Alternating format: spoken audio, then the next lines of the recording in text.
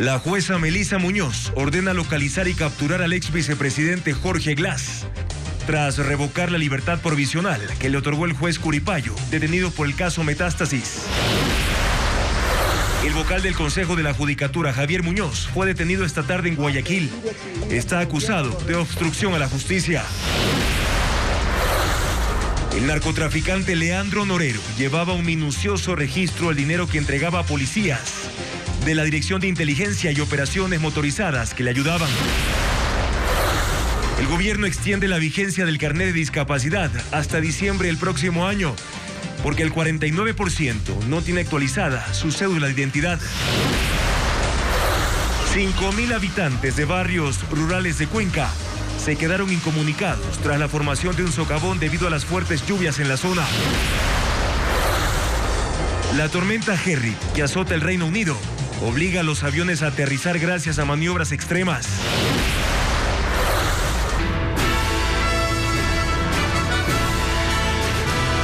¿Qué tal, amigos? Bienvenidos a Televistazo Estelar. Vamos ahora con lo más destacado de este jueves 28 de diciembre. Una jueza de Quito ordenó la captura del ex vicepresidente Jorge Glass para que cumpla la pena en el caso Sobornos. Él ha estado en la Embajada de México, país al que pidió asilo. Diego Puente con la resolución. El ex vicepresidente de la República, Jorge Glass Espinel, enfrenta una orden de localización y captura dispuesta por la jueza de Garantías Penitenciarias, Melissa Muñoz, la tarde de este jueves. La jueza tomó esta decisión después de negar el pedido de prelibertad solicitado por Glass en el caso Sobornos, al cumplir el 63% de la condena en prisión. Glass debe volver a un centro de rehabilitación para cumplir 2 años, 11 meses y 15 días y completar los 8 años de cárcel ordenados en la sentencia de Sobornos. Al negar el pedido de prelibertad, la jueza dio de baja las polémicas medidas cautelares dictadas en noviembre del 2022 a favor de Glass por el juez de Santo Domingo, Emerson Curipayo, actualmente en prisión por el caso Metástasis. La resolución de Curipayo, que le permitió al ex vicepresidente salir con libertad provisional hace 1 año y 1 mes, estaba vigente hasta que un juez de Garantías Penitenciarias diga lo contrario.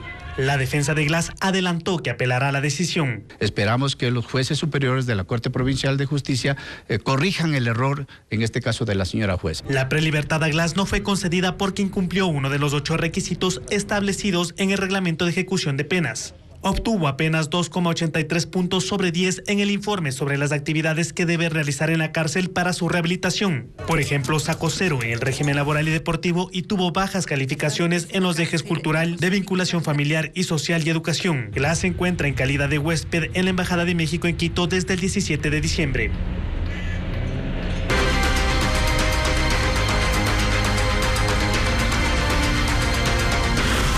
Judicatura, el espejo de la crisis. Otro proceso penal envuelve a miembros del Consejo de la Judicatura. Una nueva orden de prisión pesa sobre Wilman Terán y ahora el vocal Javier Muñoz también deberá ir a la cárcel. Francisco Garcés con más detalles. El vocal del Consejo de la Judicatura, Javier Muñoz, deberá ir a prisión. Así lo dispuso el juez nacional Luis Rivera dentro de un caso de obstrucción de la justicia. Dictó la misma medida contra Wilman Terán, quien está preso por el caso Metástasis en la cárcel 4 de Quito. La fiscalía acusó a Muñoz, Terán y a la ex vocal de la Judicatura, Maribel Barreno, de ser autores directos del delito y a 4 funcionarios del Consejo de ser cómplices. El juez acogió el pedido de la Fiscalía y validó una de las razones esgrimidas en la acusación, que Muñoz podría en el Consejo de la Judicatura iniciar acciones para entorpecer el proceso judicial y para evitarlo era necesario apresarlo. Ayer pide la prisión preventiva a Fiscalía, en la tarde se le amenaza al juez que puede ser vinculado dentro de esta causa y hoy día obviamente se ordenó la prisión. Vamos a solicitar el habeas corpus de manera inmediata. Para Barreno ordenó la prohibición de salida del país, que se presente una vez por semana en la Corte Nacional y que porte un grillete electrónico, e impuso las mismas medidas para los 4 funcionarios acusados como cómplices.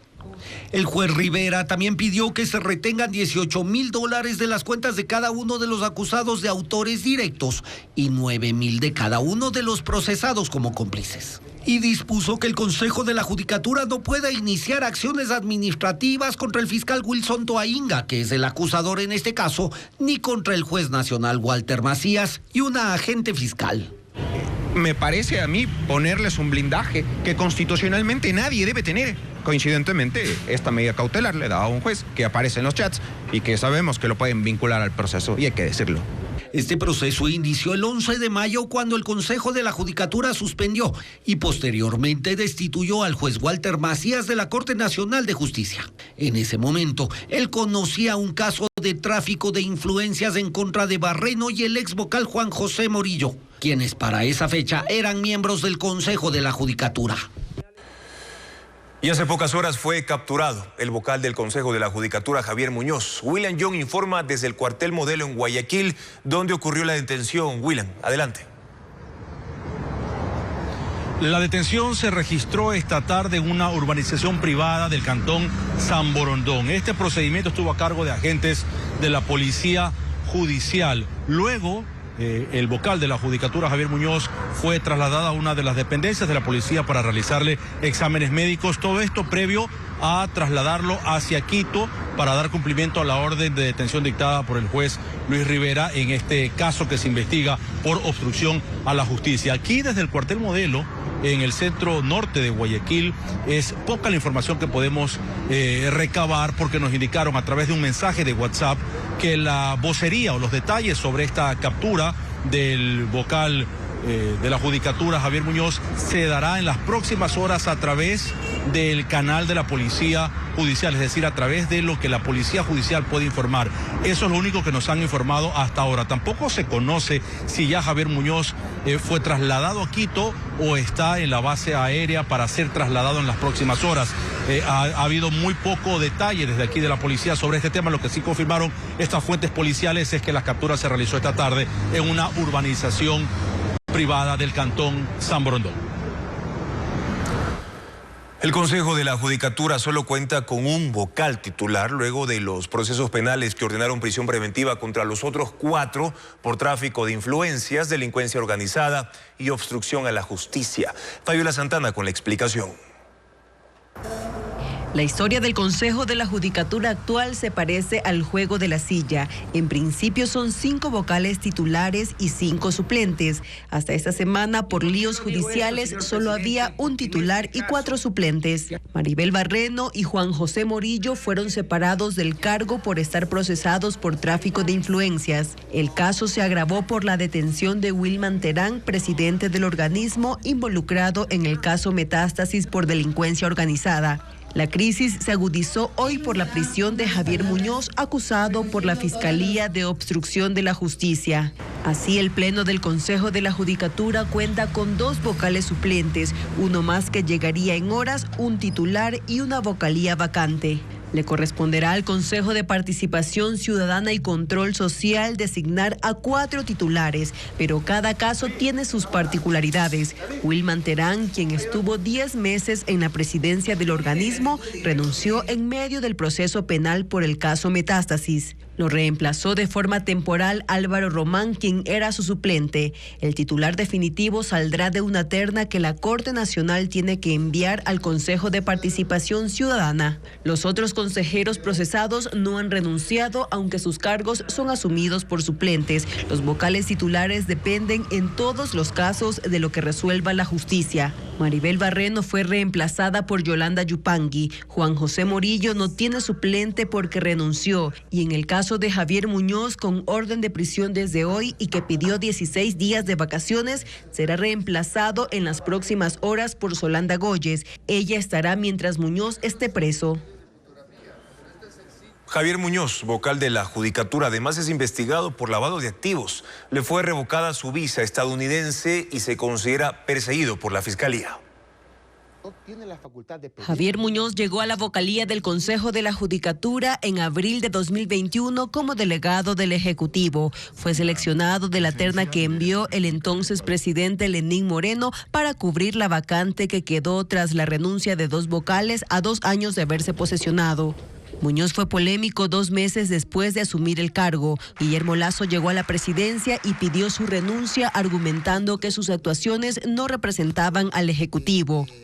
El vocal respondió con otra carta negando la potestad de Lasso y advirtiéndole que como ciudadano tampoco se siente representado por él. Sin embargo, fue con la llegada de Wilman Terán a la presidencia de la Judicatura en febrero de este año que Javier Muñoz ganó protagonismo, y no para bien. Fue acusado de secundar las decisiones de Terán y con él formar una cuestionada mayoría, es decir, que sus 2 votos pesaron más que los de los otros 3 vocales. Los 2 destituyeron al juez Walter Macías y extendieron a otros 9 magistrados. Por el caso de Macías, Muñoz es procesado. La fiscalía lo acusa de obstrucción a la justicia, pero más allá del proceso penal, Muñoz se ganó el cuestionamiento de las redes sociales por sesionar desde Miami en estado de embriaguez. Las atenciones en el momento cada uno se entiende. Al reglamento, creo que de acuerdo al artículo 18 se motiven las abstenciones.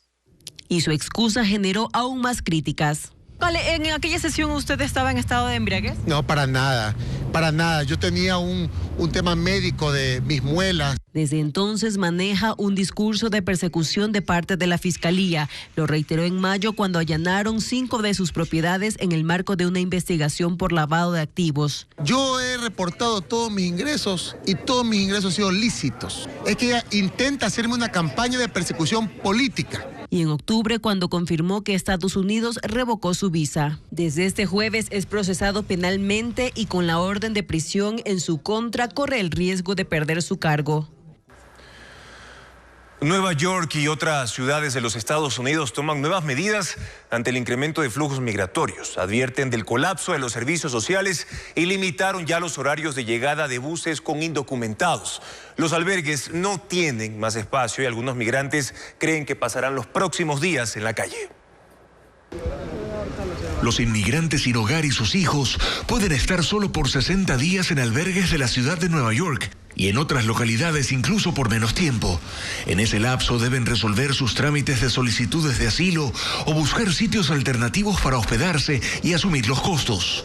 Karina Obando, de 38 años, es ecuatoriana y tiene plazo hasta el 5 de enero para salir del antiguo hotel donde está. Otras 3.500 familias también han recibido avisos de desalojo. Y vamos a estar ya a dormir en el tren o en la calle. La ciudad necesita el espacio que ha ocupado durante 2 meses para dárselo a los recién llegados.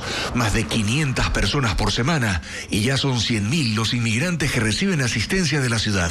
De ahí que Nueva York ha dispuesto que cada bus con ese destino deba avisar mínimo 36 horas antes de su llegada y que solo podrán hacerlo de lunes a viernes entre 8:30 de la mañana y el mediodía. Pero no pueden prohibir el arribo de migrantes, pues Nueva York tiene una antigua ley de derecho a la vivienda que obliga a la ciudad a proporcionar alojamiento en casos de emergencia a cualquiera que lo solicite. El alcalde de Nueva York, Eric Adams, y los de Chicago y Denver han dicho que administran una situación de caos exacerbada por el gobernador de Texas, Greg Abbott, que no deja de enviar buses a ciudades gobernadas por funcionarios demócratas, pero reconocen que es un problema nacional que debe enfrentarse con más recursos federales, lo que una vez más ha llevado a los gobiernos de México y Estados Unidos a buscar con urgencia medidas de contención a los problemas de migración. El secretario de Estado Anthony Blinken y el secretario de Seguridad Nacional Alejandro Mayorkas, junto a otros altos funcionarios estadounidenses, se reunieron ayer con sus pares mexicanos y con el presidente Andrés Manuel López Obrador para establecer otros mecanismos para frenar los flujos de indocumentados, dado que el muro fronterizo por sí solo no lo ha logrado y que en las últimas semanas unas 10.000 personas por día han logrado cruzar ilegalmente desde México a los Estados Unidos, en la que autoridades de ambos países han dicho que es una migración irregular sin precedentes. Una tormenta invernal golpea al Reino Unido provocando nevadas, inundaciones e incluso un tornado. El temporal llegó con ráfagas de viento que representan un desafío duramente para los aterrizajes. Merly González con las imágenes. Realizando maniobras extremas, pilotos controlan los aviones para completar con éxito sus aterrizajes en medio de las ráfagas que la tormenta Gerrit provoca en Reino Unido.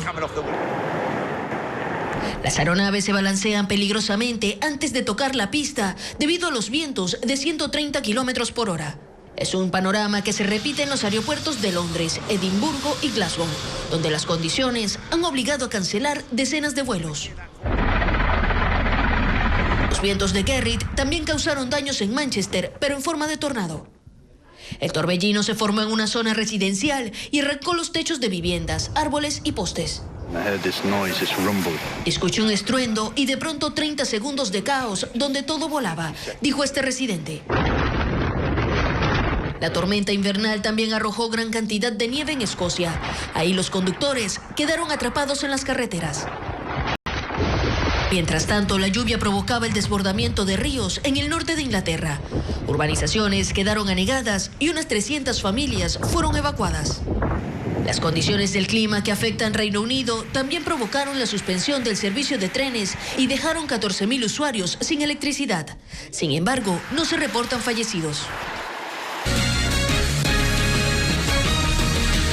El comercio, los carnés de discapacidad servirán hasta diciembre de 2024. Así lo resolvió el CONADIS para garantizar los derechos de este grupo de la población, ya que el 49% de las personas con discapacidad del país no ha actualizado todavía su cédula de identidad como habilitante para certificar su discapacidad, tal como lo establece la Ley de Discapacidades.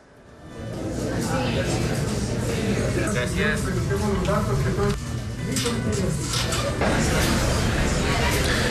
Y hoy fue el último día para que los conductores paguen la matriculación vehicular. A partir de mañana se cierra el sistema del servicio de rentas internas hasta el 15 de enero. Luis Alfredo Zúñiga con los detalles. La Agencia Nacional de Tránsito informó que este viernes se suspenden temporalmente varios servicios, entre estos el de matriculación vehicular, debido al cierre del sistema del SRI por 2 semanas. De ahí que este jueves es el último día para que los conductores paguen este trámite antes de finalizar el año.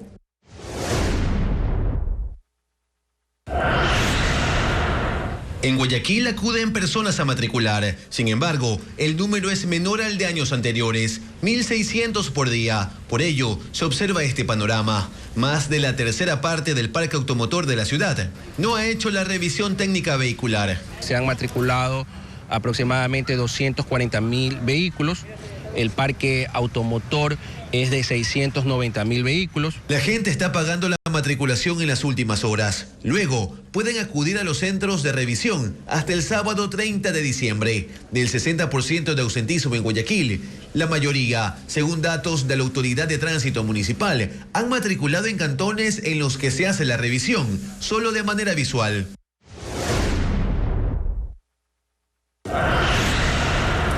En Quito, el parque automotor es de 450.000 vehículos y ya se han matriculado 425.000. Por ello, pese a que es el último día para pagar el trámite, casi no hay usuarios. Los primeros días de diciembre acudieron un promedio de 1.500 vehículos por día a la revisión. A diferencia de Guayaquil, quienes alcancen a pagar la matriculación en Quito solo podrán terminar el trámite este mismo jueves.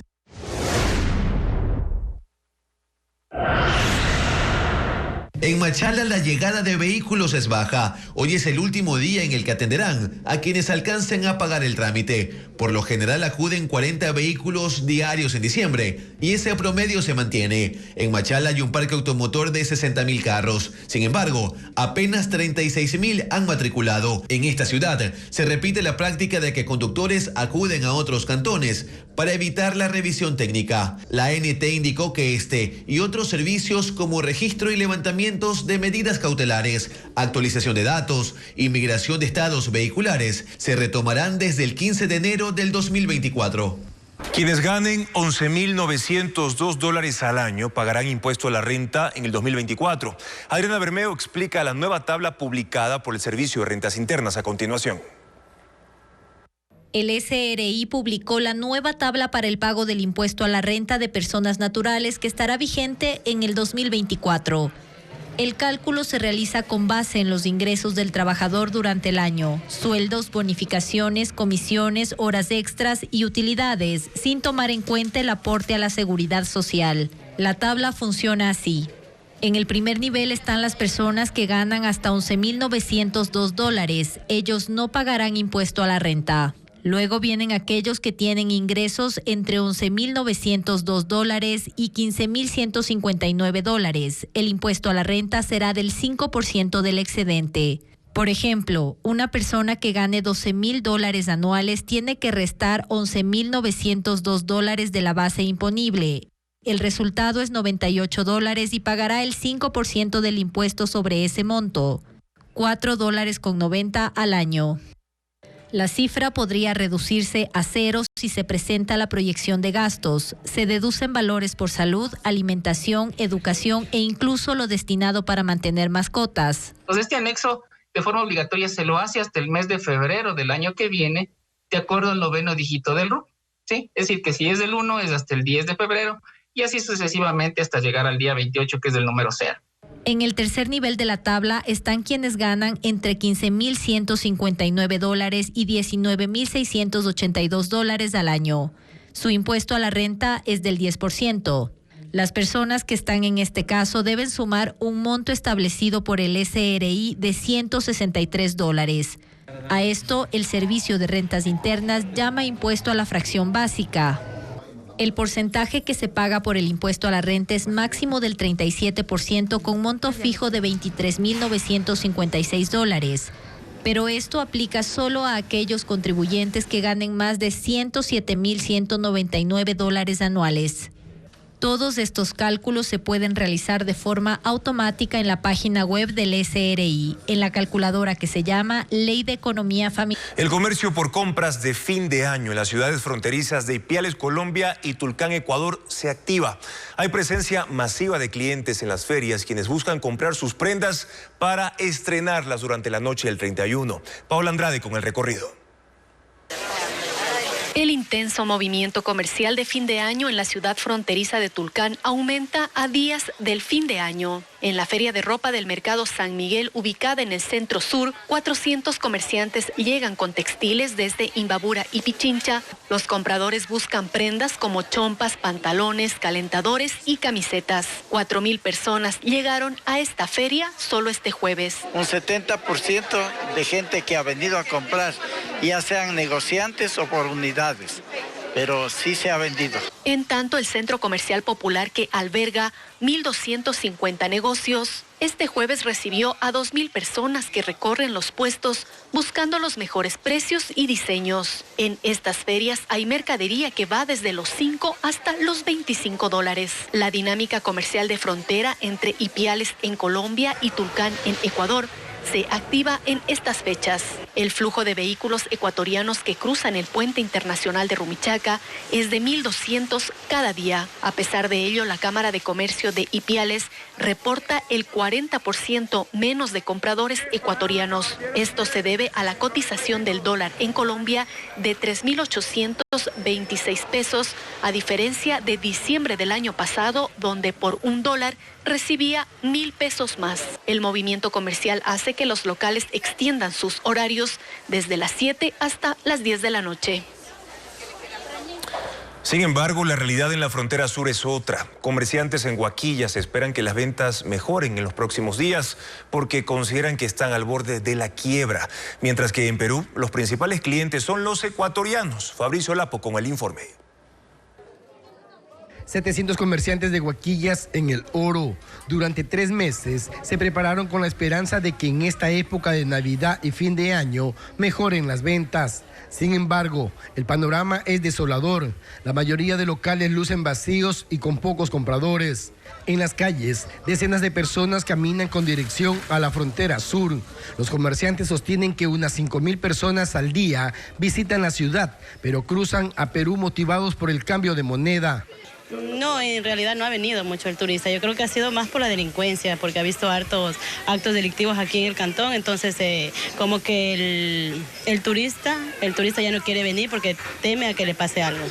Según la Cámara de Comercio de Huaquillas, la actividad ha disminuido en un 70% y de 700 locales, 150 han cerrado o cambiado de actividad por las bajas ventas. El municipio indica que normalmente 6.500 vehículos ingresan a la ciudad a diario. En estos últimos días debe haber siquiera visita de unas 2.000, 3.000 personas por día. En estos últimos días, en temporada. De ahí normalmente hemos tenido que visitas de 1.000 personas, 800 personas ya, y el flujo ha disminuido.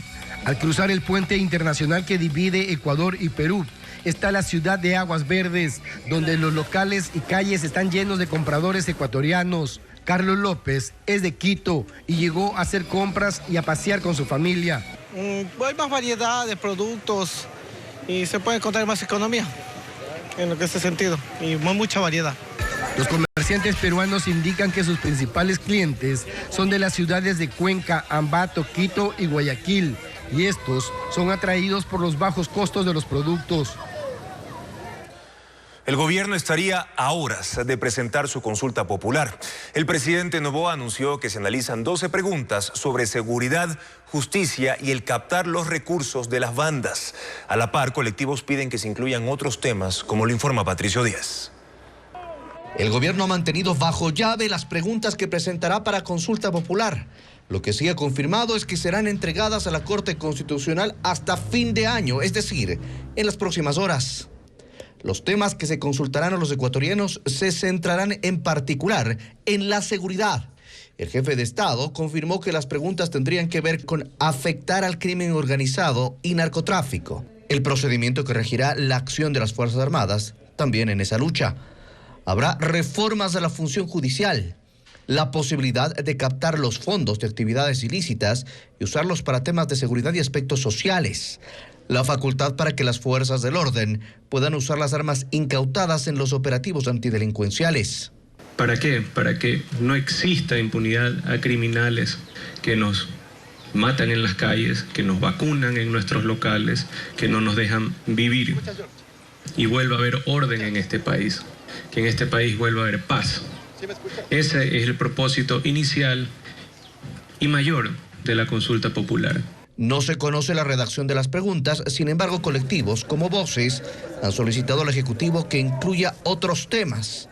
Incluso estuvieron este jueves en la presidencia entregando su propuesta que busca, por ejemplo, quitar al Consejo de Participación Ciudadana su facultad de designar autoridades de control. Tengan la seguridad que los ecuatorianos queremos un nuevo sistema de designación de autoridades, no esos procesos truchos, eso no queremos. Y el presidente debe aprovechar este espíritu de la ciudadanía y de los ciudadanos para efectivamente plantear una reforma de fondo. También proponen el cambio del sistema de partidos y una nueva integración del Consejo Electoral. El presidente de la República deberá remitir las preguntas a la Corte Constitucional para su control y las que sean aprobadas pasarán al Consejo Nacional Electoral, que organizará la consulta. La intención es que ésta se pueda realizar hasta marzo. Y precisamente nos acompaña el abogado Carlos Aguinaga, él es miembro del colectivo Voces por la Democracia, que propone también 10 preguntas para la consulta popular. Bienvenido, Carlos. Buenas noches a la audiencia, un gusto compartir contigo y obviamente con la ciudadanía. Cuéntenos, ¿han hablado ya con el presidente Daniel Noboa sobre su propuesta? Bueno, pedimos justamente a través de uno de los coordinadores recibidos. Lamentablemente no hemos tenido una respuesta, pero hoy hicimos la entrega formal de la propuesta de consulta popular, porque nosotros creemos que hay que recuperar la democracia.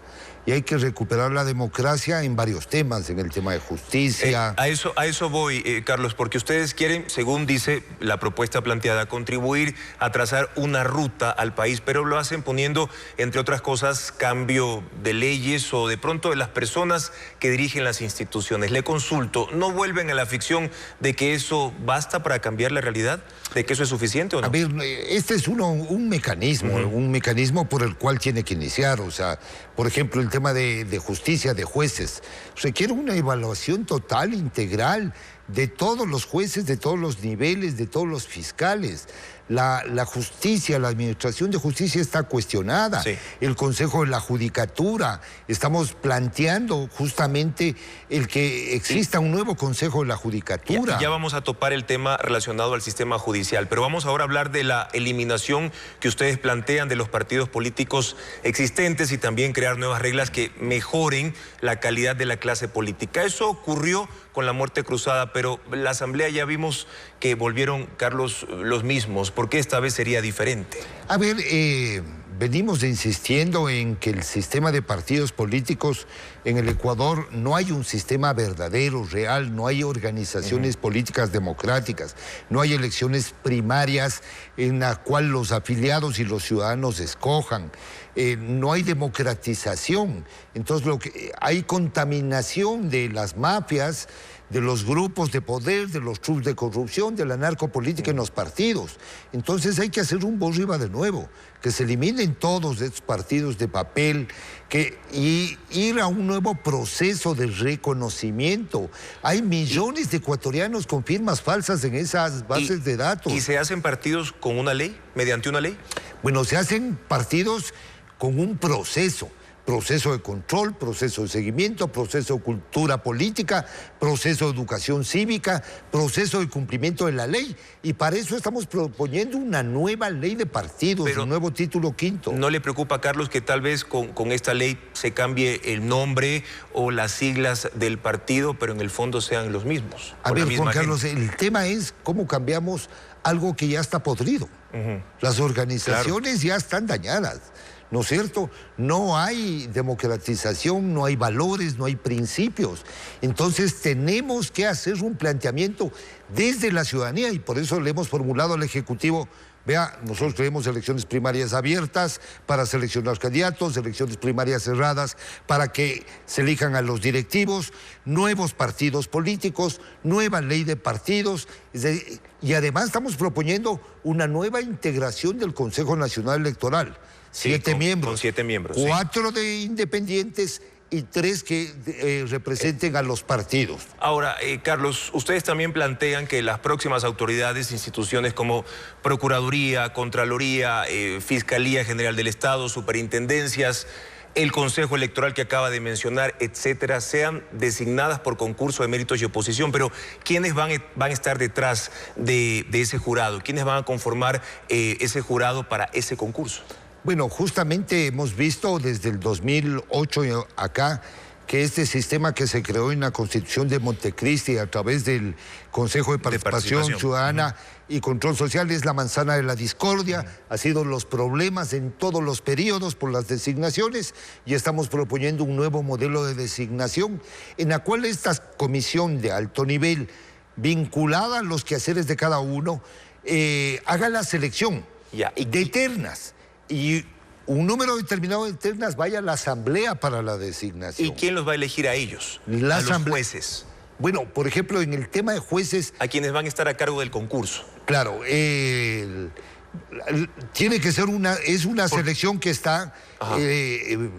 la ciudadanía, una representación de la ciudadanía, de la sociedad civil, está una representación pública, desde luego, del Ejecutivo, del Legislativo. Y Carlos, por ejemplo, estos representantes que usted menciona, del Ejecutivo, Legislativo, de la ciudadanía en general, ¿quiénes los van a elegir? ¿Cómo serán seleccionados? Entran a un concurso, estamos proponiendo que este instructivo de selección lo haga un órgano independiente. Hemos pensado que debería ser la Corte Constitucional, por ejemplo, que en base al instructivo de selección que ellos han tenido y que ha sido exitoso, ellos deberían dictar este instructivo para designar a las comisiones de selección y los concursos. También plantean una evaluación, hablando de este tema, extraordinaria a los jueces de todos los niveles, fiscales, defensores públicos, equipos de apoyo, incluso de la Fiscalía. De nuevo, Carlos, ¿quiénes realizarían la evaluación? ¿Quiénes estarían detrás de ese proceso? Aquí viene una comisión de alto nivel académica, donde está la academia, es decir, las universidades, donde están las cortes, es decir, las cortes tienen que también participar, la Corte Nacional, las cortes provinciales, donde están los colegios profesionales, los gremios, porque a la justicia hay que justamente tomarle a estos operadores de justicia la evaluación, y las pruebas necesarias, pero sobre todo la probidad, la ética. Eso es fundamental, porque no solo, yo puedo saber mucho, puedo haberme educado con plata mala vida, pero yo necesito tener probidad, demostrar que mi patrimonio es un patrimonio adecuado, bien habido. Eso está claro, Carlos. Y también estaría mediante este instructivo de la Corte Constitucional que ustedes están planteando, además el proceso de selección para las personas que van a evaluar, van a realizar esa evaluación extraordinaria. Sí, exactamente. Es decir, hay unos... para cada proceso se requiere lamentablemente instructivos porque son instituciones distintas, ¿sí?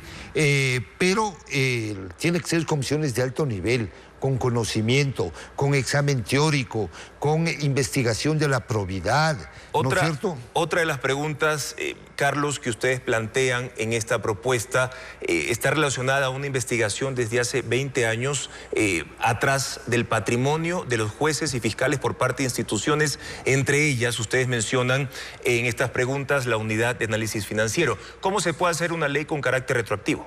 A ver, el delito primero de peculado, enriquecimiento ilícito son imprescriptibles. Sí. Pero la Fiscalía, la Contraloría, la UAP, el SRI deben unir, Nosotros estamos planteando una pregunta plebiscitaria de que se investigue el patrimonio de jueces, fiscales, de servidores públicos de alto nivel, de elecciones de autoridad, digamos, de autoridades de elección popular, el patrimonio de hace 20 años, pero no solo de ellos, también de sus parientes y las vinculaciones que pueden existir, porque además aquí se lava mucho la corrupción, el dinero mal habido. Y tenemos que hacer fuerza la ciudadanía, la sociedad, justamente para descubrir estas prácticas que hoy están saliendo a la luz pública y que vienen saliendo a la luz pública ya años atrás. Y para finalizar, las preguntas, esta propuesta, son inductivas, Carlos. Se preguntan cosas cuya respuesta es evidente y la Corte Constitucional no acepta un cuestionario de ese tipo. Bueno, tiene que entrar a dictamen de la Corte. Este es un aporte que nosotros venimos haciendo ya hace 2 años. Hemos incorporado otras preguntas. Hay otros colectivos que nos han pedido incorporar preguntas relativas a la seguridad social, relativos, por ejemplo, al tema del dólar. Pero en el tema de la Corte, estas 10 específicas, le hemos dicho al Ejecutivo, ¿cómo harían ahí? Muy bien, aquí analícenle.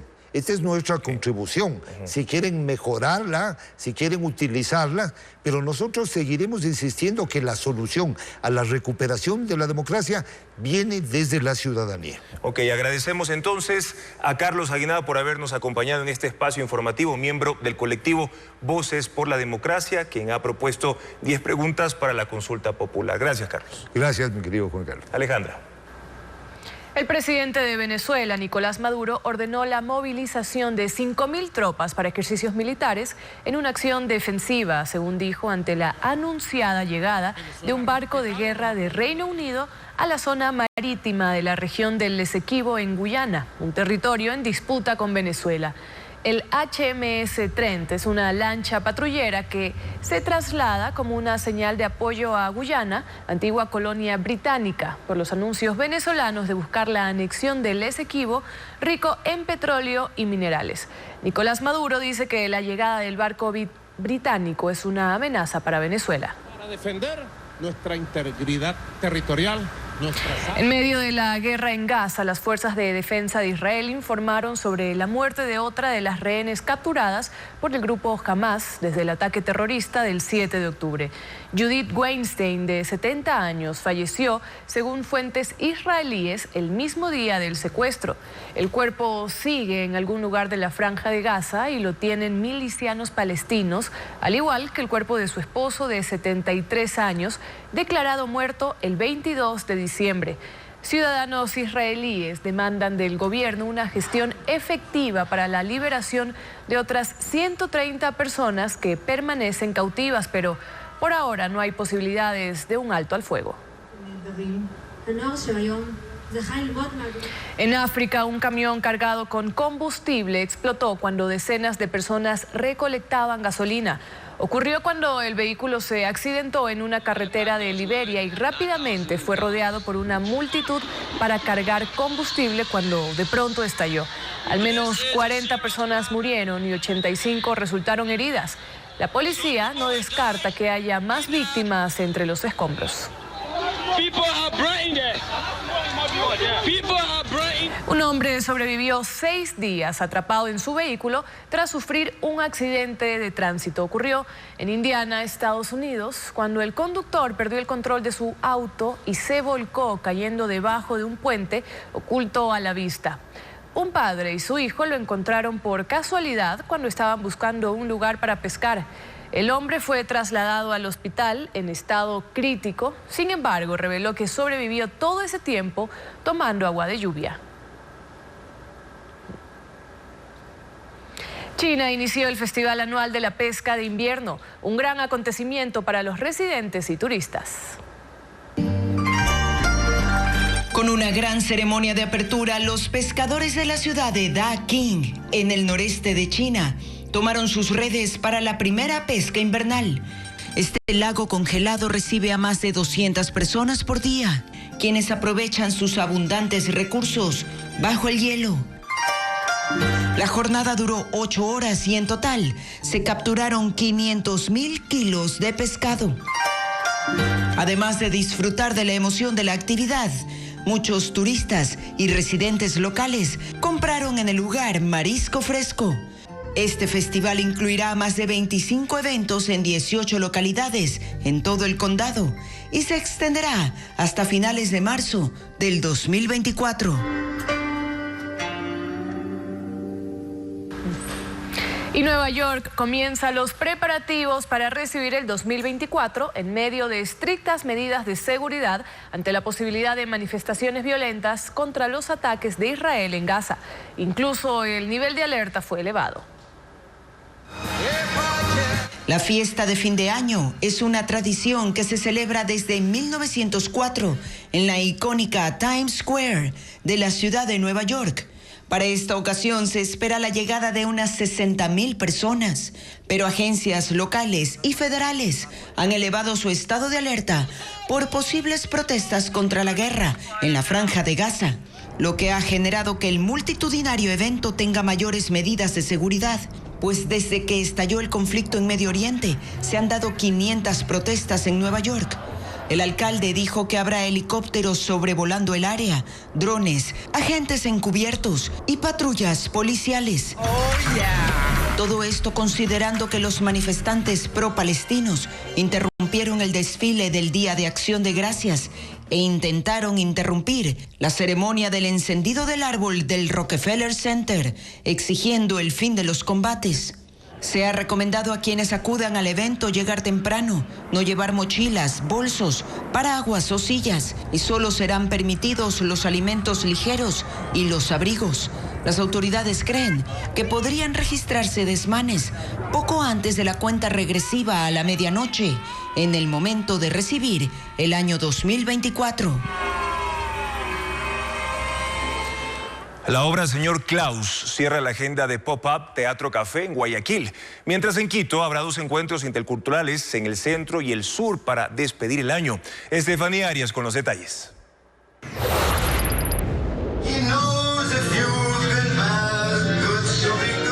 La Navidad aún no termina, por eso Papá Noel sigue en el escenario de Pop-Up Teatro Café en Guayaquil. Es la obra Señor Klaus, que cuenta cómo a este personaje le toca lidiar con las situaciones como los apagones, la inseguridad y las extorsiones. Dirigida por Ricardo Velastegui y protagonizada por Diego Naranjo. ¡A mi Rodolfo se quisieron llevar! Las funciones serán este jueves 28 y viernes 29 en 3 horarios, de 8, 9 y 10 de la noche. El Centro Histórico de Quito será escenario de un corredor cultural para despedir el año. El evento denominado Día de los Inocentes será este viernes 29. Habrá bandas de pueblo e institucionales y comparsas. Será de 3 a 6 de la tarde. Y el sábado 30 de 11 de la mañana a 6 de la tarde se realizará el encuentro intercultural Levanta tu Voz con grupos de danza y música andina en el Parque de Turubamba, sur de la capital. 2 exposiciones permanecerán abiertas este fin de semana en el Museo del Cacao en el centro de Guayaquil. El fósil de López recoge investigaciones de los artistas Gabriela Rivadeneira y Hugo Hidrobo y legados en transición del fotógrafo guayaquileño Manuel Avilés, que muestra la ruralidad, gastronomía y costumbres de 3 regiones del país. María Portalupi fue la curadora de esta exhibición. Este espacio cultural estará abierto hasta el sábado 30, de 10 de la mañana a 5 de la tarde. Un socavón dejó incomunicados a 5.000 habitantes de 7 barrios rurales en la capital Azuaya. Por las lluvias, también un río se desbordó y anegó a 500 familias en esa provincia. Diego Cuenca describe los estragos. El socavón de 5 metros de ancho por 10 de profundidad se formó la noche de ese miércoles en medio de la fuerte lluvia que cayó en la vía Monay-Baguanchi, que conecta el centro histórico de Cuenca con las zonas rurales de esa localidad.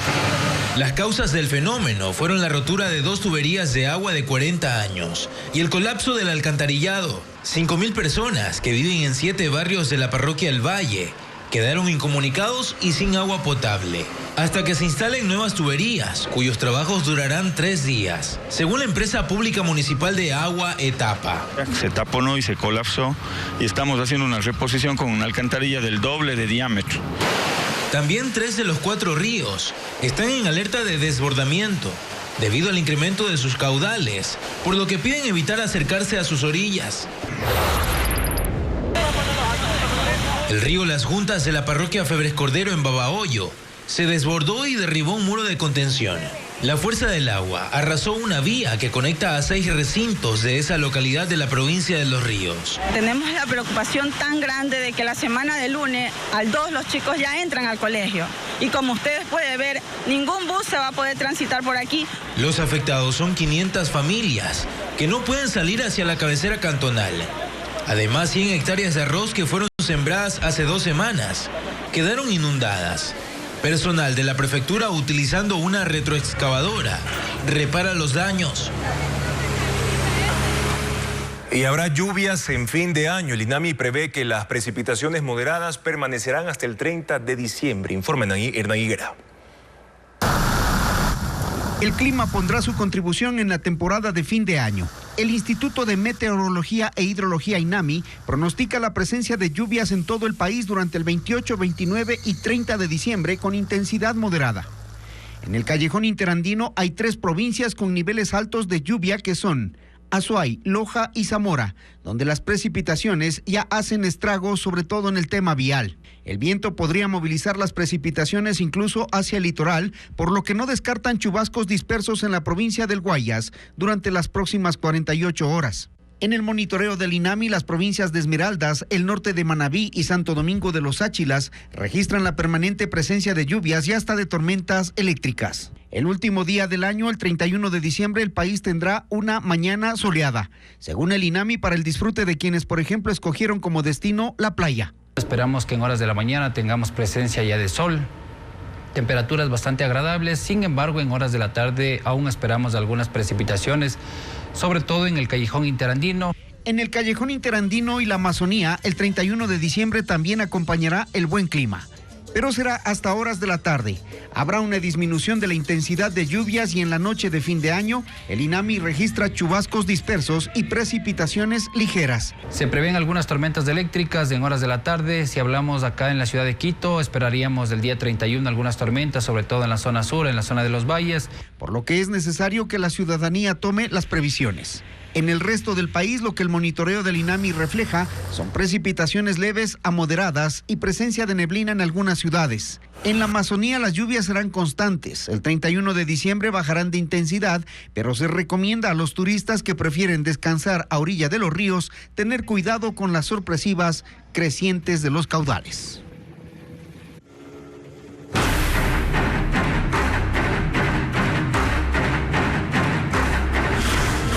Metástasis.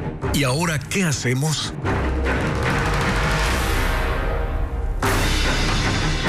En las 15.000 páginas de chats hay incontables referencias a los pagos que el narcotraficante Leandro Norero hizo a los policías que le ayudaron.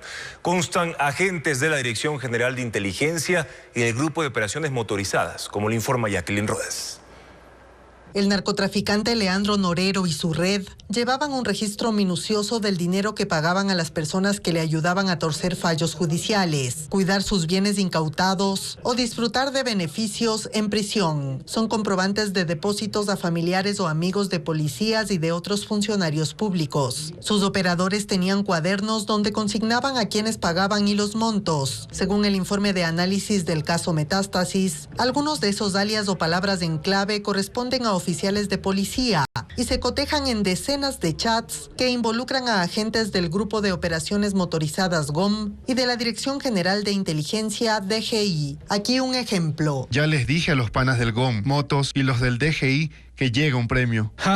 Ahí saltan de la alegría. Ya le cuadro eso. Si no, deme chance, mañana le hago llegar. Tranquilo, mañana mejor. Otro chat, ahora entre dos policías. Como las veces pasadas, por favor. 0 errores. No hay problema, señor. Usted ya sabe, con fe. Coordine los premios para comentarle a mi compañero también el tema. Ya les confirmo, panas. Luego el policía con Norero. De los 5,000 que hicieron el favor de depositar, se les dio 1,000 a cada uno de los DGI para que apoye. ¿Quién le dio los 5K? El doctor Romero me depositó que era de su parte. De los 3K, también se dio 500 a una moto y 500 a otra moto.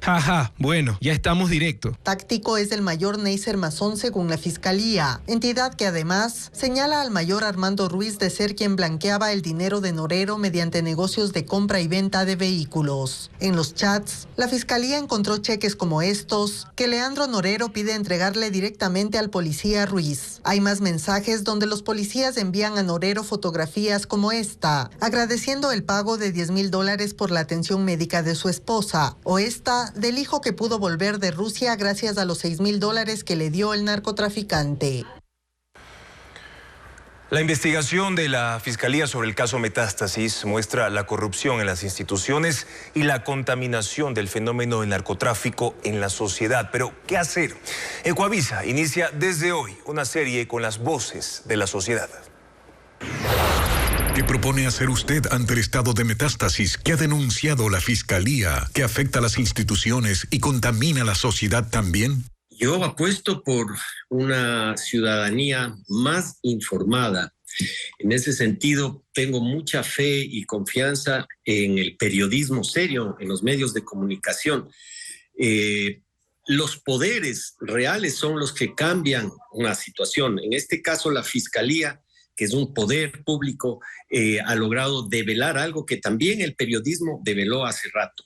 Lo que necesitamos es fortalecer con nuestra voz, con nuestra participación de ciudadanos a través de redes sociales, a través de informarnos, hacer una participación para exigir estos correctivos a partir de estos poderes. Incentivar a nivel de las escuelas cursos de civilización o de cívica para que comiencen a recuperarse los valores que se han perdido y que son fundamentales para la estructura de la nación.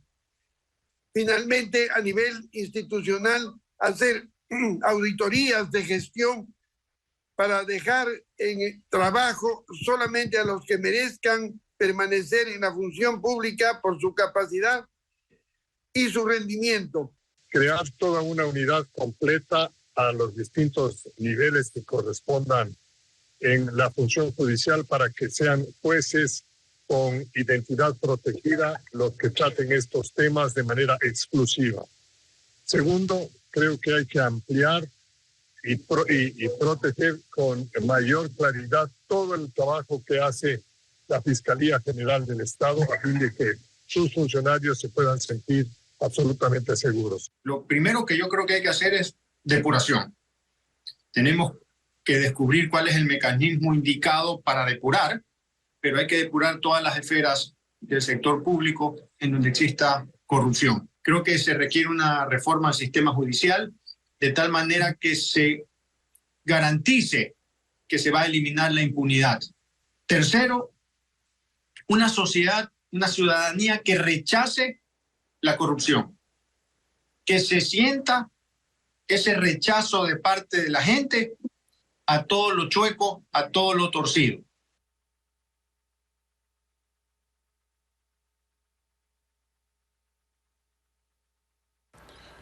El gobierno simplifica la utilización de recursos públicos bajo declaratorias de emergencia.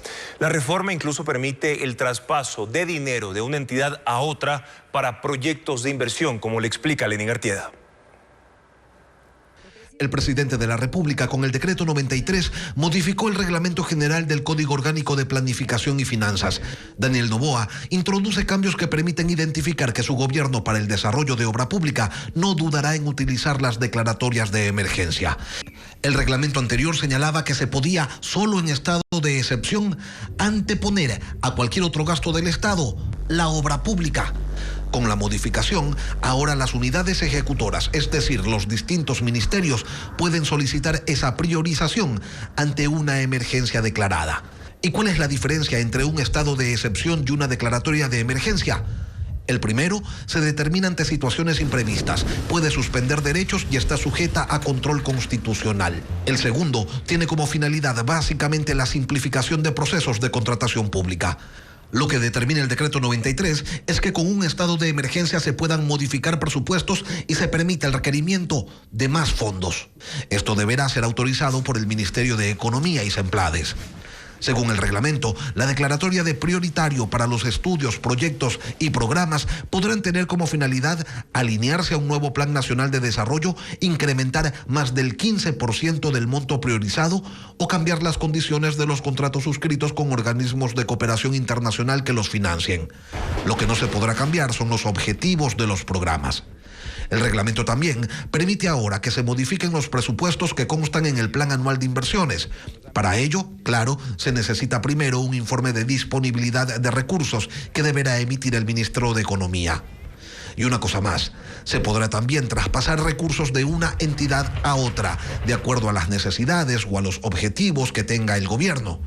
La intención es que no se paralice el desarrollo de proyectos porque una entidad se quedó sin dinero, mientras en otra, por diversos motivos, la falta de ejecución, por ejemplo, pudiera haber recursos sin utilizar. En Guayaquil, un joven que intentaba colocar un explosivo en un negocio murió cuando el artefacto detonó en sus manos. Diego Cuenca describe cómo ocurrió ese hecho vinculado a las extorsiones que durante este año se triplicaron. Ocurrió cerca de las 11 de la noche del miércoles, en la avenida Francisco de Orellana, en el norte de Guayaquil. Un joven bajó de un auto con dinamita en la mano para colocarla en la puerta de un negocio, cuyo propietario había recibido mensajes extorsivos. El hombre enciende el artefacto, pero demora 15 segundos en lanzarlo, y en ese momento explota. Quedó mutilado en la esquina, mientras el cómplice que lo esperaba en un vehículo huyó.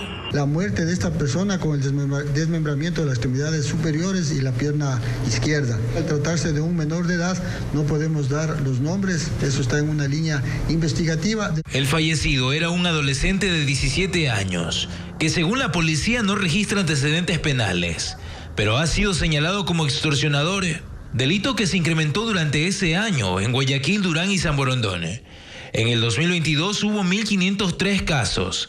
Y en lo que va de ese 2023, son 5.786, más del triple. El 58% de esas denuncias responden a extorsiones virtuales, cuando exigen dinero bajo amenazas mediante redes sociales.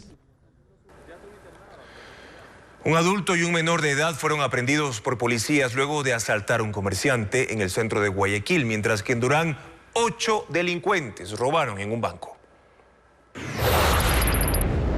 En este video mencionado se observa a los delincuentes salir del banco, todos encapuchados. Huyen luego del robo y suben a 2 autos que los esperaban afuera de la agencia en el centro de Durán. Ocurrió durante la mañana de este jueves. Los delincuentes estaban armados con pistolas y fusiles. Luego del asalto, la policía confirmó que los ladrones le dispararon a uno de los guardias de seguridad antes de escapar. Después de unos minutos, abandonaron uno de los vehículos y lo quemaron. Ocurrió en la Primavera 1, también en Durán. Pese a que la policía inició un operativo, aún no hay detenidos por este caso y se desconoce el monto del robo. En el centro de Guayaquil, agentes vestidos de civil atraparon a 2 hombres luego de que le robaron a un comerciante del sector del Mercado Central.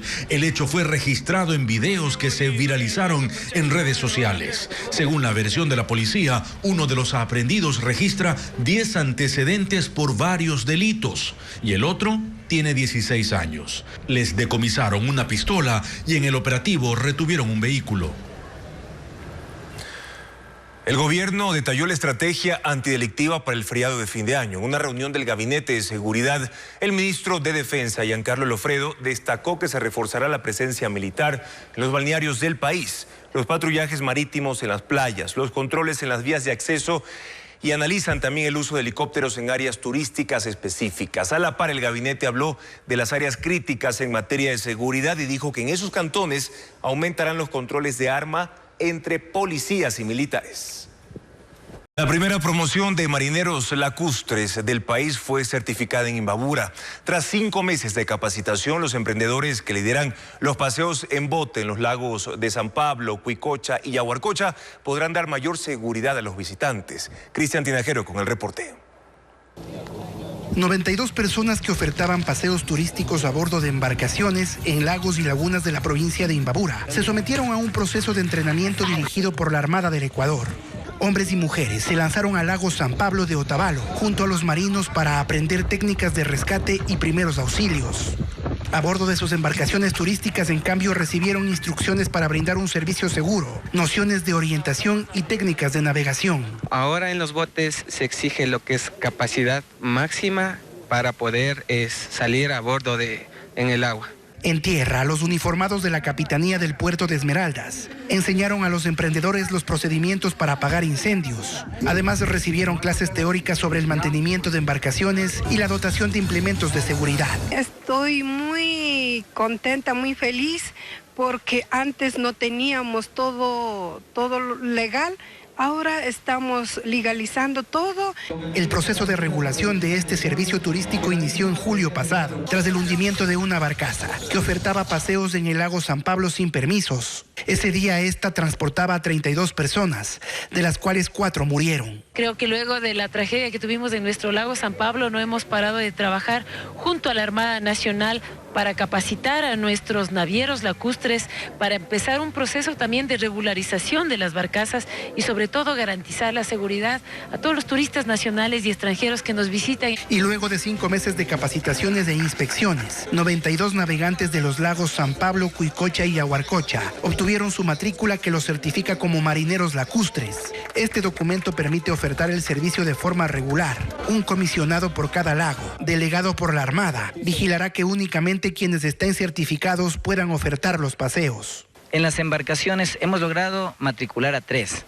El problema principal es demostrar la propiedad. Ellos tienen esa embarcación, pero no tienen un documento que diga la embarcación es mía. Las 37 restantes aún están en proceso, pero tienen un permiso provisional de operación de 6 meses. Producciones teatrales, conciertos y exposiciones conformarán la oferta cultural en Guayaquil, Quito y Cuenca durante 2024. Estefanía Arias con lo más destacado de la agenda.